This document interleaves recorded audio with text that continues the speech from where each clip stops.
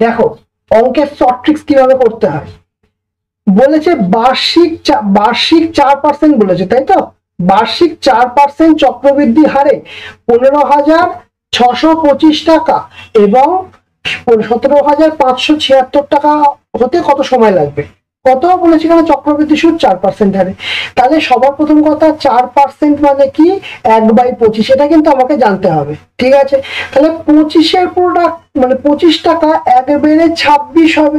এবার কি করব? আমাকে সময় তো বলেছে 3 অপশনে দিয়েছে, 2, 2.5, 3। আচ্ছা 3 ছেড়ে দাও, এই 3টের মধ্যেই হবে।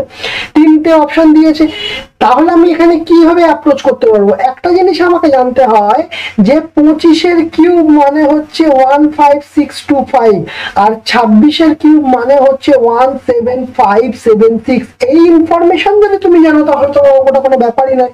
তাহলে এটা কি হয়? 3 বছর আনসার হয়ে যাবে। সিম্পল জিনিস, কিভাবে অ্যাপ্রোচ করছো এটাই ব্যাপার।